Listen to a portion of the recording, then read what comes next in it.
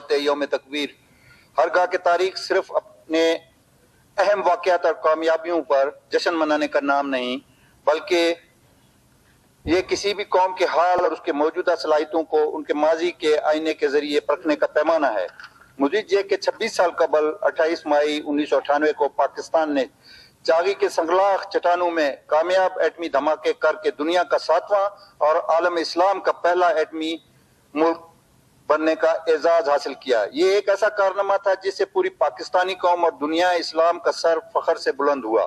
قائد میاں محمد نواز شریف نے ہر قسم کے لالچ سے مبرہ ہو کر اس نے کہا کہ مجھے وطن عزیز کی سلامتی عزیز ہے، ہم روکھی سوکھی کھا لیں گے، پیٹ پہ پتھر باندھ لیں گے، لیکن ہم یہ دھماکے ہر قیمت پہ کریں گے، اور یہ دھماکے ہوئے۔ الحمدللہ آج پوری دنیا، ایک تو ہمیں یہ اعزاز حاصل ہوا کہ پوری دنیا میں ہم اسلامی ملک کے طور پر پہلا ملک بنے جس نے اٹامک بلاسٹ کی اور ایٹمی طاقت بنے۔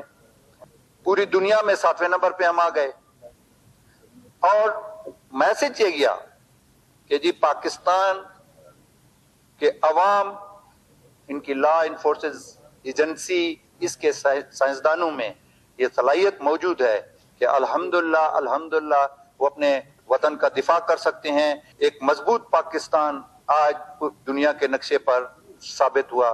شکریہ جناب اسپیکر صاحب کہ آپ نے مجھے وقت دیا۔ Thank you.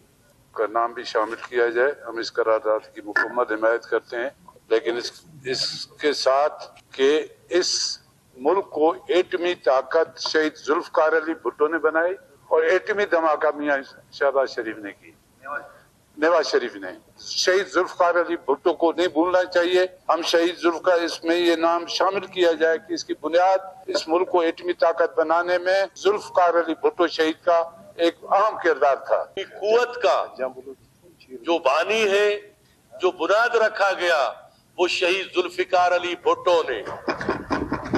شہید ذوالفقار علی بھٹو نے کہا کہ ہم 1000 سال گھاس کھائیں گے مگر اس اپنے ملک کو ایٹمی قوت بنائیں گے۔ اس کا بنیاد شہید ذوالفقار علی بھٹو نے رکھا۔ جناب اسپیکر، میں اتنا سا بات کرنا چاہتا ہوں۔